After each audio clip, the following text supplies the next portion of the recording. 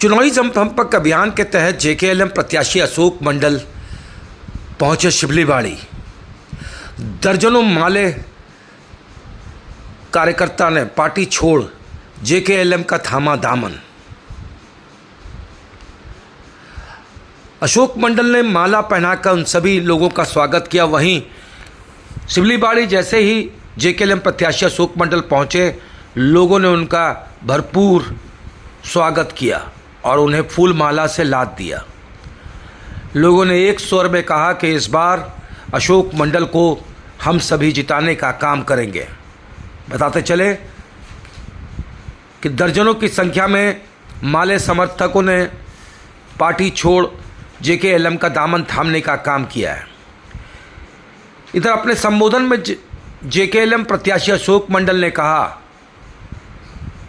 कि पूर्व में रह रहे जनप्रतिनिधि, चाहे वो क्षेत्रीय दल के हों या फिर राष्ट्रीय दल के, उन सब ने लूटने का काम किया है और पिछले 25 वर्षों में 15 वर्ष क्षेत्रीय पार्टी ने और 10 वर्ष राष्ट्रीय पार्टी के जनप्रतिनिधि ने इस क्षेत्र को लूटने का काम किया है। जनता को सिर्फ ठगने का काम किया है और जनता के लिए कोई विकास, कोई काम नहीं किया, सिर्फ अपनी जेब भरने के अलावा।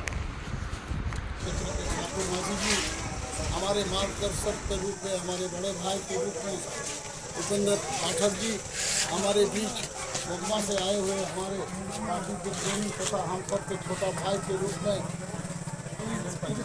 संजय पाली जी हमारे बीच में हम सब के साथी और एक साथ हम लोग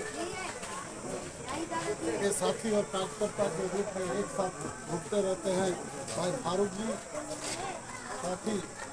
मैं सबसे पहले अपनी ओर से तथा मेरे पार्टी की ओर से ऐसे कार्यकर्ता जो हमारे दल में शामिल किए हैं, उसको मैं अपनी ओर से और मेरे पार्टी की ओर से आप सबको बहुत बहुत बधाई और धन्यवाद।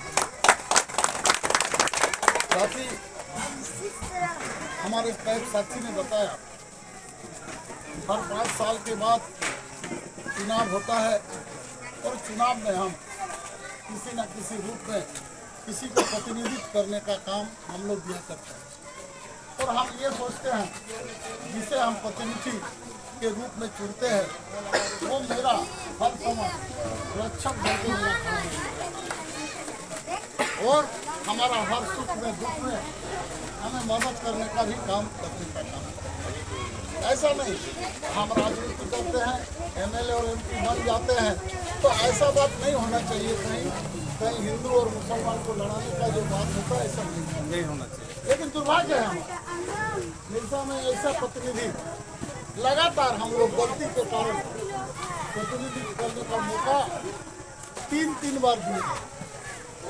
उस परिवार में 25 साल तक मिर्जा का प्रतिनिधित्व करने का मौका मिर्जा के जनता ने देने का किया, लेकिन दुर्भाग्य है पूरे मिर्जा विधानसभा क्षेत्र में 25 साल राजनीति करने के बाद भी मुझे कहीं नहीं लगता है समाज के लिए कोई गठनमूलक काम जो समाज के लिए होता है, जनरेशन वाइज जनरेशन इसका लाभ मिलेगा, ऐसा कोई काम आज तक मार्क्सवादी कम्युनिस्ट पार्टी के नाम पे हो, चाहे अरूप चटर्जी हो चाहे गुरदास चटर्जी हो, उन्होंने करने का काम नहीं किया है। यही बात बिल्कुल सही बात है। बहुत सारे उदाहरण आपके सामने है। मैं 1-2 उदाहरण का भी बात मैं बता दूँगा।